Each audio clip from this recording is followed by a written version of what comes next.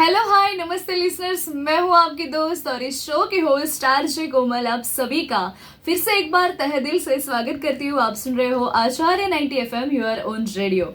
जैसे कि लिसनर्स आप सभी को पता है, हमारे आचार्य 90 एफएम स्टूडियो में हम अलग अलग फील्ड से बड़े बड़े दिग्गज लोग यहाँ पर बुलाते हैं, उनके साथ बातचीत करते हैं, उनके फील्ड के बारे में उनसे बहुत सी जानकारी लेते हैं और जो उनकी जर्नी है ये फील्ड में वो उनसे जान लेते हैं। वैसे ही आज हमारे आचार्य 90 एफएम के स्टूडियो में एक बहुत ही बड़ी हस्ती आए हुए हैं, उनके बारे में मैं बताना चाहूँगी, लेकिन मैं उसके पहले उनका नाम बताना चाहूँगी आपको।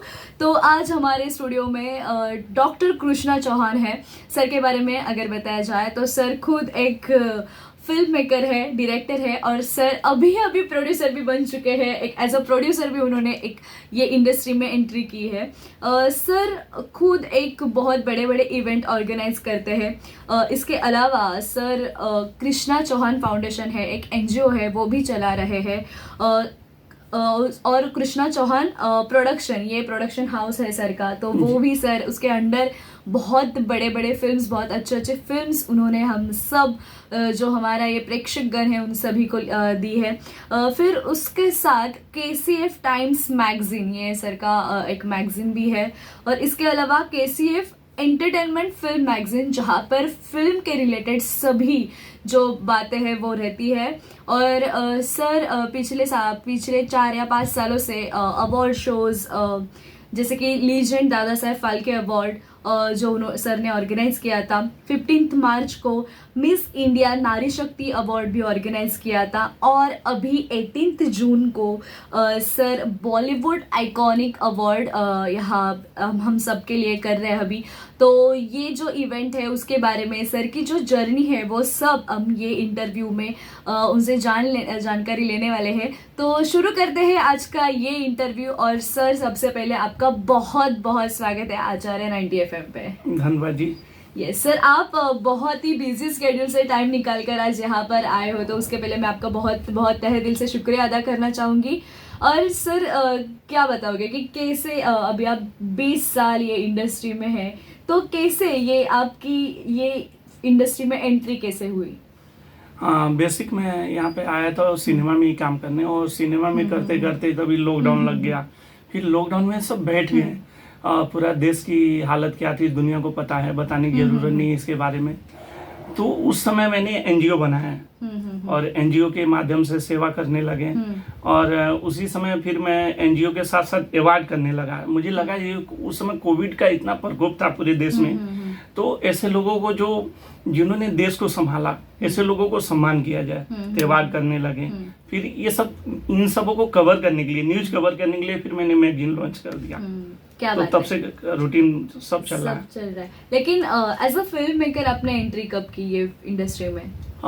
एज ए शुरुआती दौर तो मैं 2003 में आया था। हाँ। और करीब as a first individual film मैंने 2011 में किया था। 11 में किया था, क्या बात है। तो एक फिल्म मेकर का जो एक रहता है ना कि हर एक का एक सपना रहता है कि मुझे फिल्म मेकर बनना है, या फिर मतलब जो ये इंडस्ट्री में आना चाहता है तो उसका एक सपना रहता है कि मुझे फिल्म मेकर बनना है। आपको ऐसा क्यों लगा कि मुझे भी फिल्म मेकर बनना है, और ये आपने कैसे सोचा था? गाँव में बहुत हम बचपन से फिल्में देखते थे, फिल्में देखने का बहुत शौक था। फिर हम यहाँ मुंबई आए तो प्रैक्टिकली हमने सीखा। यहाँ पे जमीनी में एज ए असिस्ट किए। असिस्ट करने में मैंने करीब 10 साल लगा दिए। 10 साल के बाद मैं एज ए डायरेक्टर बना। फिर अपनी फिल्म की जो भी है यात्रा स्टार्ट किया। फिल्म बनाई, शॉर्ट फिल्म बनाया, शॉर्ट फिल्म के लिए बेस्ट डायरेक्टर के अवार्ड लिया। और उसका बाद एल्बम भी बनाए। तब फिल्म, एल्बम और शॉर्ट फिल्म मैंने तीनों बनाए, तीनों का एक्सपीरियंस लिया। यस तो फिर सर जैसे कि आपने बताया कि आपका एक सपना था, गांव में भी आप ऐसे मूवीज वगैरह सब देखा करते थे, तभी आपने ठान लिया था कि मुझे ऐसे कुछ करना है। तो फैमिली का सपोर्ट कैसा रहा?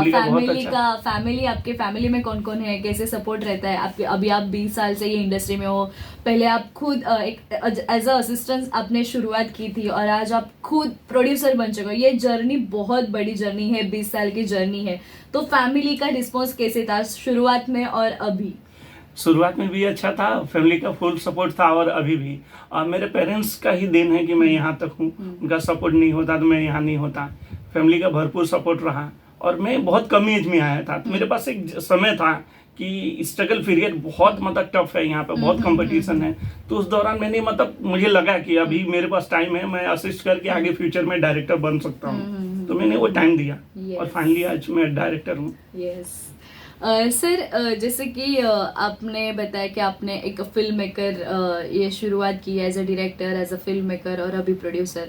तो थोड़ा अलग क्वेश्चन ये है कि आपका जो काम है उसके बारे में तो हम बात करने ही वाले हैं, लेकिन थोड़ा अलग क्वेश्चन एक ये है कि एक एज अ डायरेक्टर और एज अ प्रोड्यूसर, क्योंकि डायरेक्टर जब डायरेक्टर का रोल हम लोग प्ले कर रहे हैं तब हमें जो प्रोड्यूसर है वो कहता है कि ऐसा मत करो, वैसा मत करो, इतने में काम निपटाओ, उतने में काम निपटाओ।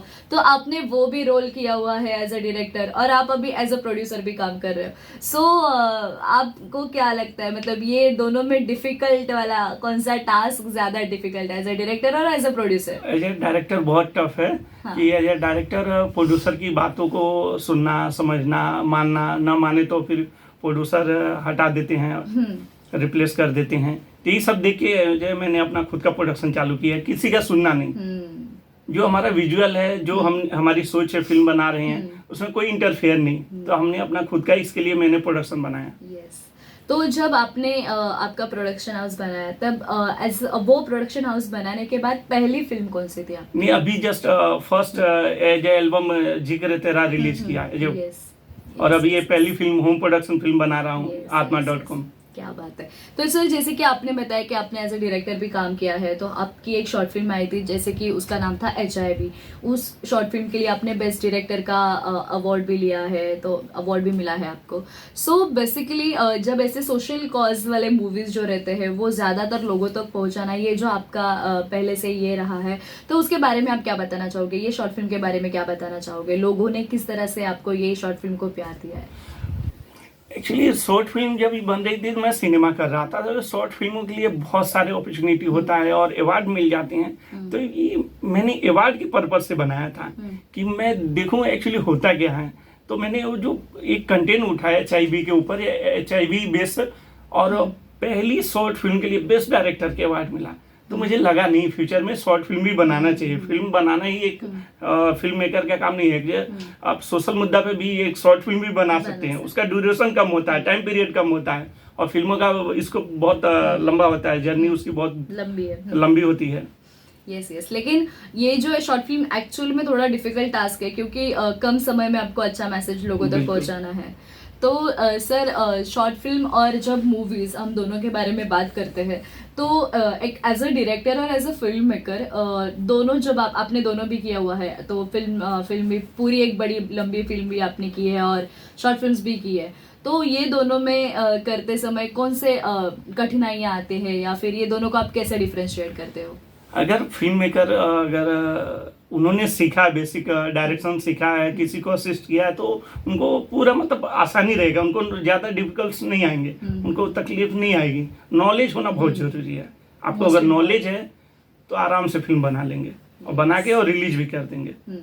तो सर, जैसे कि वो एक शॉर्ट फिल्म हुई, उसके बाद म्यूजिक एल्बम जिक्र तेरा ये जो सान म्यूजिक पर है, वो भी म्यूजिक से रिलीज है। तो उसके बारे में आपका क्या बताना चाहोगे? म्यूजिक एल्बम के बारे में आपने कैसे सोचा कि चलो ठीक है, मूवी बनाते थे, अभी शॉर्ट फिल्म्स भी बनाना शुरुआत किया, तो फिर उसके बाद अभी आप म्यूजिक एल्बम भी बना रहे हो, तो म्यूजिक एल्बम का ये कैसे मन में आया? गाने मैं बहुत सुनता हूँ, हॉबीज मेरा है म्यूजिक। सबका हॉबीज होता है, तो मेरा हॉबीज म्यूजिक है, पार्ट ऑफ लाइफ। मैं हमेशा डेली सुनता हूँ, तो कुछ गाने मुझे लिरिक्स आए मेरे पास, अच्छे लगे, तो मतलब बनाओ इसको, कंपोज करो। फिर म्यूजिक कंपोज हुआ, फिर अच्छे गाने बन गए, ऑडियो अच्छा बना, तो फिर वीडियो भी बनाए, फिर रिलीज भी किए। उसकी जर्नी वो रही। और अभी आपकी अपकमिंग फिल्म है आत्मा.com, तो वो कब आने वाली है? क्योंकि जैसे कि आपने आपका एक कुछ नया थॉट रहता है हर एक फिल्म के पीछे, हर एक मूवी के पीछे, या फिर म्यूजिक एल्बम के पीछे। तो ये आत्मा.com क्या है? मतलब आप क्यूरियस है लोग कि ये फिल्म में क्या होगा? मतलब ये एक मसाला सब्जेक्ट है, देखा जाए आत्मा.com। आत्मा का उद्देश्य क्या होता है? आत्मा जब आती है शरीर, आत्मा जब पृथ्वी पर आती है, तो उसका उद्देश्य क्या होता है? और यहाँ आने के बाद यहाँ मोह माया में आत्मा भटक जाती है, यहाँ की रहन सहन में। तो बेसिक मैंने वो चीज दिखाया है कि आत्मा का मेन उद्देश्य क्या होता है और आत्मा का काम क्या है। और हॉरर थ्रिलर मसाला सब्जेक्ट है, बहुत अच्छी फिल्म है। ये फिल्म इस साल के दिवाली तक सिनेमा में पहुंचेगा। क्या बात है, जी, क्या बात है। इसी साल का टारगेट है। यस यस, जल्दी वो भी मूवी हम देखना चाहेंगे। सर, ये मूवीज के बारे में हमने जान लिया, लेकिन जब आपने ये अवार्ड शो शुरू किए, जैसे कि आपने बोला कि कोरोना के टाइम में करने के लिए, मतलब एट दैट टाइम सब लोग इतने डिप्रेस थे कि सोच मतलब समझ में नहीं आ रहा था कि असल में क्या करना है, क्या करूं। एट दैट मोमेंट आपने ये सब शुरू किया, आपने ये अवार्ड शोज वगैरह शोज ऑर्गेनाइज करने शुरू किए। तो जब आपने पहला शो ऑर्गेनाइज किया, वो मिस इंडिया और दादा साहेब फाल्के, ये जो अवार्ड शोज आपने किए, वो टाइम के आपके एक्सपीरियंस कैसे रहे? और जब एज अ शो ऑर्गेनाइजर, क्योंकि ये इंडस्ट्री से बिलोंग करते तो बिहाइंड कैमरा रहना पड़ता है, लेकिन as a event organiser, show organiser हम काम करते हैं तो हमें सबके सामने आना है, सबके सामने आके काम करना रहता है। तो वो एक्सपीरियंस आपके लिए कैसा रहा है? वो अच्छा रहा है। जब हम अवार्ड देते हैं, लोगों को अवार्ड देते हैं, ऐसे जिन जो भी देश के एनजीओ चला रहे हैं, समाज सेवक हैं, जर्नलिस्ट हैं, पत्रकार हैं, ऐसे लोगों को हम जब अवार्ड देते हैं तो हमें अच्छा लगता है, प्राउड फील होता है, क्योंकि हमें पता है कि हमने भी एक 20 साल का जर्नी यहाँ तक पहुँचने में दिए हैं लाइफ में। तो जब हमें भी कोई अवार्ड देता है तो मुझे भी अच्छा लगता है। तो वही सोच के मैंने लोगों को अवार्ड देने लगा। और ये जो कोविड का जो समय था, उस समय एक ऑनलाइन बहुत वो चला था, कोविड का ऑनलाइन सर्टिफिकेट दिया जा रहा था। हर एक एनजीओ, हर एक संस्था कोविड सर्टिफिकेट दे रही थी, ऑनलाइन दे रही थी। उस पर लोग सोशल मीडिया पर डाल के एकदम मतलब खुशी जाहिर कर देते। तो वही मैं सोचता था कि ये ऑनलाइन जो दिया जा रहा था, मैं ऑफलाइन उनको सम्मान करूंगा तो कितना वो प्राउड फील करेंगे, कितना खुशी मिलेगी। क्योंकि एक अवार्ड आदमी के अंदर एक हुनर को जो पहचान कर हम जो अवार्ड देते हैं, तो वो आगे बढ़ने के लिए प्रोत्साहित करता है ना। बिल्कुल बिल्कुल, ये सोच के मैंने स्टेज पर जब लोगों के अवार्ड देने लगा कि आप अपने काम में और बेस्ट कीजिए, और अच्छे अवार्ड मिलेंगे और पूरे देश से आपको सम्मान मिलेगा। तो एक बहुत अच्छा एक प्लेटफॉर्म था और बहुत अच्छा, उसको कंटिन्यू हम चालू रखे, तब से ड्रॉप नहीं किया। यस यस यस, तब से आपने मतलब विद इन बहुत कम समय में आपने बहुत सारे अवार्ड शोज किए थे। जैसे कि बॉलीवुड, अभी ये बॉलीवुड आइकॉनिक अवार्ड शो आ रहा है हमारा, 18 जून को है। तो उसके बारे में आप क्या बताना चाहोगे? वो कैसे होगा, किस लिए होगा, कौन से फील्ड के, मतलब बॉलीवुड के कौन कौन लोग, दिग्गज लोग, हस्ती वहां पर आने वाले हैं? नहीं, ये जो बॉलीवुड आइकॉनिक अवार्ड है, ये सिनेमा के लोगों के लिए है, सिनेमा, OTT, टेलीविजन। और ये 18 जून को है, चौथा साल है इसका, 4th सीजन है। तो ये बेसिक सिनेमा के लोगों के लिए, सिनेमा में जो भी डायरेक्टर हैं और म्यूजिशियन हैं, टेक्नीशियन हैं, सिंगर हैं, डायरेक्टर हैं, आर्टिस्ट हैं, ये सभी मतलब सब मिला जुला के बॉलीवुड के लोगों के लिए है। इस अवार्ड में हम बाहर के लोगों को अवार्ड नहीं देंगे, ओनली बॉलीवुड सिनेमा, बॉलीवुड से, जी, जी, जो इंडस्ट्री से रिलेटेड है, जिनका जी। काम बहुत अच्छा है, वो अवार्ड्स है। क्या बात है। मतलब सर, बहुत अच्छा लगता है जब हम लोग जीरो से स्टार्ट करते हैं, वैसे ही आपका है कि किसी का आपके पीछे ऐसे हाथ नहीं था, लेकिन आपने ये जीरो से स्टार्ट किया है सब, और आज आप इतने बड़े बड़े अवार्ड शो या इतने बड़े बड़े मूवीज वगैरह सब आप लॉन्च कर रहे हो। So it's a very big thing sir. लेकिन जब हम तरक्की करते हैं, आगे बढ़ते हैं, तो बहुत सारे अप्स एंड डाउन्स आते रहते हैं, बहुत सारे प्रॉब्लम्स आते हैं। कभी कभी हमारे ही आसपास जो लोग रहते हैं वो पीछे खींचने का प्रयास करते हैं। तो वो समय आपके लाइफ में ऐसे कुछ अप्स एंड डाउन्स आए होंगे, तो आपने कैसे खुद को ऐसे कठिन बनाया, और क्या बताना चाहोगे ये बारे में? वो आज भी चालू है, ये तो पार्ट ऑफ लाइफ है। क्योंकि हाँ, it's a part of life, क्योंकि हम अच्छा कर रहे हैं तो there are so many peoples जो हमें पीछे खींचने का प्रयास करेंगे। 100 दोस्त हैं और 100 दोस्त में एक दोस्त आगे निकल जाए तो 99 लोग नाराज हो जाते हैं, वो खुश नहीं होते हैं। तो आज भी लगता है, लेकिन हमें अच्छे काम के लिए हमें खुशी बेटर है। मैंने अपना रास्ता स्वयं चुना कि ये सब करके मुझे अच्छा सुकून मिलता है। एनजीओ चलाना है, लोगों का हम अपने मैगजीन में इंटरव्यू करते हैं, उनके बारे में लिखते हैं, तो उनको भी जब हम उनके बारे में कवर करते हैं, उसमें न्यूज़ बनाते हैं, लिखते हैं, उनको प्रमोट करते हैं, तो उनको बहुत अच्छा लगता है। जब वो पढ़ते हैं उनके फैमिली के लोग, तो फिर मुझे कॉल आता है कि आपने बहुत अच्छा न्यूज़ लगाया, बहुत अच्छा कवर किया। फिर हम उनको प्रमोट करते हैं, अवार्ड देते हैं, फिर हम आगे फिल्म में, एल्बम में उनको लॉन्च करते हैं। तो अब इतने लोगों को हम खुश करें, 1-2 लोग नाराज हो जाए तो कुछ फर्क नहीं पड़ता। और वो भी है क्योंकि जैसे जब आपने शुरुआत की होगी तब शायद आपको इतना अच्छा प्लेटफॉर्म जल्दी अवेलेबल नहीं हुआ होगा, या फिर एट दैट टाइम 2002 में वो ऐसे ही प्लेटफॉर्म नहीं खड़ा होता या फिर मिलता नहीं है बहुत इजीली, लेकिन आप वो प्लेटफॉर्म आपको नहीं मिला इसलिए आपने शांत रहने का जो ये है कि चलो ऐसे नहीं करते, तो वो उसमें से बाहर निकाल कर आपने आज आप दूसरों के लिए प्लेटफॉर्म खड़ा कर रहे हो, सो ये बहुत बड़ी बात है। लेकिन सर अभी कैसे हो रहा है ना, आजकल बहुत सारे यंगस्टर्स हैं, आपने बहुत सारा स्ट्रगल किया हुआ है, स्ट्रगल करके आप यहाँ तक पहुंचे हो। तो बहुत सारे यंगस्टर्स रहते हैं जो उनको सब इंस्टेंट चाहिए। अभी आपकी 20 साल की जर्नी है, मतलब इतने साल आपने बहुत पहले साल में आपने स्ट्रगल किया होगा, तो अब आज आप इतने बड़े मुकाम तक पहुंचे हैं। लेकिन अभी जो यंगस्टर्स हैं उनको बहुत सब इंस्टेंट चाहिए कि आज मैंने काम किया, आज मैंने मेहनत की, तो मुझे कल उसका फल चाहिए। तो और उनका जो माइंडसेट है वो थोड़ा बदल रहा है। तो आप वो जनरेशन के, अभी के जनरेशन के जो बच्चे हैं, आप उन्हें क्या कहना चाहोगे एज ए एक्सपीरियंस पर्सन? ये पेशेंस रखना चाहिए, तुरंत कुछ होता नहीं है। पेशेंस रखें, सब्र का फल मीठा होता है, मिलेगा। पेशेंस रखो, कामयाबी जरूर मिलेगी, लगे रहो, डटे रहो। सब मिला जुला के यही है। लोगों को ये जो है उनका जो कॉन्फिडेंस है वो कहीं ना कहीं खो जाता है। आते हैं 2 दिन 4 दिन देखेंगे, स्ट्रगल करेंगे, नहीं हुआ तो चलो घर, ऐसा नहीं है। आप लोगों के बारे में आप गूगल करो, जानकारी लो कि अभी तक जितने भी आर्टिस्ट उस मुकाम पे पहुंचे उन्होंने कितना टाइम दिया है। तो लोगों से सीखने को मिलेगा कि पेशेंस रखो, बहुत जरूरी है, सब्र एकदम रखना चाहिए। Yes actually. और सर आपका फंडा क्या है, मतलब आप कैसे अपने आप को ये समय पे, मतलब बहुत सारी कठिनाइयां आती रहती है, तो आप कैसे वो हर एक चीज से ओवरकम करते हो? आगे जाने का रहता है, लेकिन कभी कभी डिप्रेशन आ जाता है, कभी कभी सब जैसे हमारे मन, मतलब मुझे ये चाहिए कि ये चीज ऐसी वो वैसी होती नहीं है, कभी कभी थोड़ा चेंजेस होते रहते हैं, तो बहुत डिफिकल्ट लगता है। तो आप कैसे अपने आप को बाहर निकालते हो ये सब डिफिकल्ट फेज से? अभी ऐसा कुछ होता नहीं है। हाँ। कि मैं बहुत लंबा समय दे चुका हूँ ना, 20 साल। अब मैं लोगों को, ठीक है, वो कॉन्फिडेंस है, वो स्टेमिना है, लोगों को बर्दाश्त कर सको, तो ठीक है। अब नहीं, जैसे चल रहा है, आपने पेशेंस बहुत ज्यादा रखे थे शायद, इसलिए ये सब आज हो रहा है इतने अच्छे से। यस, क्या बात है सर। लेकिन आजकल आप एक एज अ जर्नलिस्ट भी काम कर रहे हो, मतलब आपने काम किया भी है और आप खुद एक एडिटर भी हो, जैसे कि KCF एक टाइम्स मैगजीन भी है आपका, और KCF एंटरटेनमेंट फिल्म मैगजीन भी है आपका।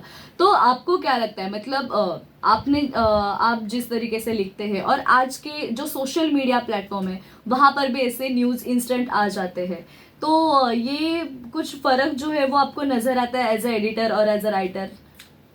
बेसिक मैं राइटर नहीं हूँ। हाँ। मैं ये मैगजीन का एडिटर हूँ। हाँ। 2 मैगजीन चलाता हूँ, तो इसमें बाकी जो जर्नलिस्ट हैं वो लिखते हैं, लेकिन हम उस पर नजर जरूर बनाए रहते हैं। हम सारे न्यूज पढ़ के लगाते हैं। तो फर्क तो है, सोशल मीडिया आज बहुत एक्टिव हो चुकी है। सब सोशल मीडिया पे ये जो पहले एक टिकटॉक था, अभी इंस्टाग्राम है प्रेजेंट टाइम में, उसमें कुछ वीडियो, लाखों वीडियो आते हैं, लाखों लोग रील बना रहे, एक लोग उसमें चमक जाते हैं, हाईलाइट हो जाती है। एक हाईलाइट हुआ कि सब लोग उसी दिशा में जाते हैं कि हम भी हाईलाइट होंगे, ऐसा ठीक है, हो जाता है, किस्मत की बात है, लगे हैं सब। लेकिन ये प्लेटफॉर्म अलग है, प्रिंट मीडिया अलग है और सोशल मीडिया अलग है, डिजिटल मीडिया अलग है, इसको इंक्लूड नहीं करना चाहिए। यस, क्या। और सर जो भी अभी मास मीडिया स्टूडेंट है, जो मास मीडिया सीख कर आते हैं और जो जर्नलिस्ट बनना चाहते हैं और जो खुद एक इवेंट ऑर्गेनाइजर बनना चाहते हैं, तो आप उन्हें एज अ एक्सपीरियंस पर्सन क्या बताना चाहोगे? अच्छी बात है, लगना चाहिए, ये फ्यूचर है। यही तो जितने भी स्टूडेंट आ रही हैं, कल को इसी में से कोई एडिटर बनेंगे, कोई जर्नलिस्ट बनेंगे, कोई ओनर बनेंगे, अच्छा है। Yes sir. और sir there are so many parents, मतलब बहुत सारे ये मॉम डैड है, जैसे कि पालक है, को उनका ये रहता है कि ये फील्ड में कुछ नहीं है, मतलब ये फील्ड, मतलब अभी भी कुछ जो है माँ बाप है वो बच्चे को ऐसे इजीली ये फील्ड में नहीं आने देते, या फिर वो बॉलीवुड हो या फिर वो मीडिया फील्ड हो। तो आप वो पेरेंट्स को क्या बताना चाहते हैं, क्योंकि आपने बहुत पहले साल से ये शुरुआत की थी, तब आपके भी पेरेंट्स ने आपको सपोर्ट किया था, तो आज आप यहाँ तक पहुंच गए हो। लेकिन अभी भी कुछ पेरेंट्स हैं जो बच्चों को अलाउड नहीं करते हैं, उनका कहने का मतलब होता है कि ये फील्ड में कुछ अच्छा नहीं है, ये फील्ड में मीडिया फील्ड है, बॉलीवुड फिल्म है, ये फील्ड में थोड़ा अलग होता है, ऐसा कहने का रहता है, उनका सोच अभी भी वैसी है। तो आप वो पेरेंट्स को क्या कहना चाहते हैं? जो भी फैमिली है, जो भी है, बच्चे के ऊपर ट्रस्ट करना चाहिए। अगर बच्चा कुछ सोच रहा है, कुछ करना चाह रहा है, तो पेरेंट्स को भी उनको थोड़ा सपोर्ट करना चाहिए। कल को वही बच्चा जब सक्सेस हो जाता है तो ही पेरेंट्स प्राउड फील करते हैं। उनके रिलेटिव जो तुरंत उनकी विचारधारा होती है तुरंत चेंज हो जाती है कि देखो मुझे पता था एक दिन ये बच्चा कुछ करेगा, तो सपोर्ट करना चाहिए। अगर बच्चे ने डिसीजन लिया, एक बार टाइम दो, 1 साल 2 साल का उसको टाइम दो कि जाओ कुछ कर सकते हो तो कर लो। बच्चे को फ्रीडम देना चाहिए एक्चुअली। जी। यस सर, और मेरा ये एंड ऑफ द इंटरव्यू ये मेरा सवाल है कि जैसे अभी आपने तो कहा कि हमने आपके हर एक जो डिफरेंट फील्ड्स है, जैसे कि आपका KCF टाइम एंटरटेनमेंट मैगजीन है, उसके बारे में हमने देखा। आपका जो फिल्म बनाने का जो ये बहुत ही अच्छा, मतलब बहुत अच्छे सोशल भी मूवीज आपने बनाए हैं as a film maker, as a director, वो जर्नी भी आपकी देखी। और उसके साथ साथ अभी आप इवेंट ऑर्गेनाइजर भी बन चुके हो बहुत साल से, पिछले 5-6 साल से आप इवेंट भी ऑर्गेनाइज कर रहे हो। तो ये सब करने के बाद अब कौन सी चीज बाकी है जो आपको करनी है, या फिर एक लाइफ में रहता है ना कि मुझे ये चीज मुझे करनी है, ऐसी कौन सी चीज है जो आप करना चाहते हो? ये तो अभी ड्रीम बहुत है आपको। तो आज हमारे स्टूडियो में डॉक्टर कृष्णा चौहान है। सर के बारे में अगर बताया जाए तो सर खुद एक फिल्म मेकर है, डायरेक्टर है, और सर अभी प्रोड्यूसर भी बन चुके हैं। एक एज अ प्रोड्यूसर भी उन्होंने एक ये इंडस्ट्री में एंट्री की है। सर खुद एक बहुत बड़े इवेंट ऑर्गेनाइज करते हैं। इसके अलावा सर कृष्णा चौहान फाउंडेशन है, एक NGO है, वो भी चला रहे हैं। और कृष्णा चौहान प्रोडक्शन, ये प्रोडक्शन हाउस है सर का, तो वो भी सर उसके अंडर बहुत बड़े फिल्म्स, बहुत अच्छे फिल्म्स उन्होंने हम सब जो हमारा ये प्रेक्षक गण है उन सभी को दी है। आचार्य